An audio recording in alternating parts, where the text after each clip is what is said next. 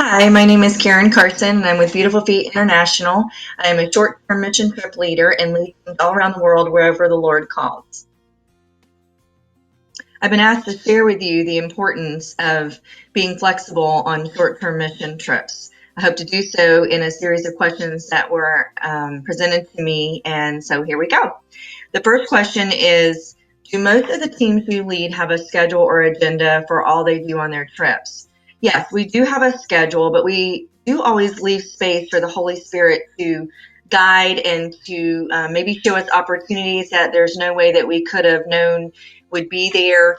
The detailed schedule is not shared with each team member as far as an hour to hour, or sometimes even exactly what we're going to do on that day until we get there.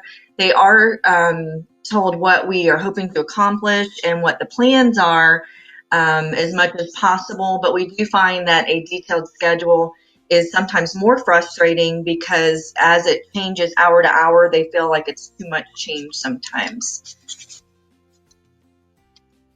Next question. When sharing the schedule with your teams, how do you explain that things might change? Well, we have a monthly meeting as we prepare and we gather and we plan. And during those meetings, I really stress to the team members that while we have plans and we do our best to be organized, that really it is up to the Holy Spirit's guidance and the Lord's protection. Many times the schedule will change, and we'll see later that it really was God's hand leading the team and being protected. Sometimes it's spiritual attacks, and whatever is going to happen, we have to look at it as positive opportunities to share, maybe in a new way that we possibly would not have seen. Obviously, to just stay flexible. So many times I'll do that by using an example from a previous trip. And so that kind of gives them an understanding that no matter what the change, we're going to trust the Lord in the mission, and we're going to trust his guidance and his complete protection. Question 3. Have you ever faced any schedules or situations on trips that had to be changed or canceled? Yes. Every trip that I have been on or been a part of has had either a schedule change or even some cancellations. This is why flexibility is so important, and just recognizing that things are going to happen, and it's okay that if you are stuck in an airport because of schedule changes, or maybe they won't let you in, that you can minister right in that airport. That obviously is where you're going to be for a little bit, and God will provide opportunities, or he's protecting you, but he will offer opportunities even in that protection.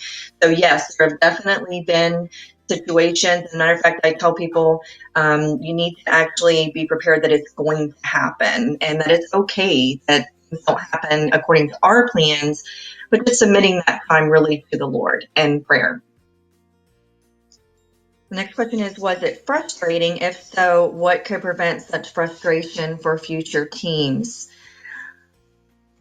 There have been frustrations. I don't know that I've ever had anyone, or even myself, have a total meltdown over a change or a situation.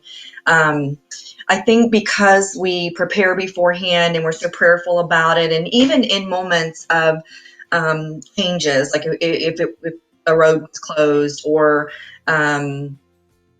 something got canceled, and just really seeking the Lord in that and praying together and staying unified. One of the things I do suggest to team members is, if you are frustrated, go to your trip leader. You don't want to go to other team members, because you're going to allow the enemy to really just make a stronghold there, and he's going to use that to cause disunity. He's going to cause that to cause confusion. So go to your trip leader and just let them know I'm struggling here, so that you can pray together, and that they can maybe explain, or at least give you some assurance that they're confident in what is going to be accomplished, and that the Lord is still working through that. Again, just staying prayerful, mindful. And if you see another team member struggling, this is something that I always talk about with team members, is please, please, please pray for them. and just sometimes even stop them and say, hey, I see you're struggling. Can I pray for you? I see that, you're not happy about that change. Is there something that I can do to make that a little bit easier on you? Or can we just stop right now and pray? Or can I take you to, the trip leader so that your questions can be answered? So I just really encourage communication.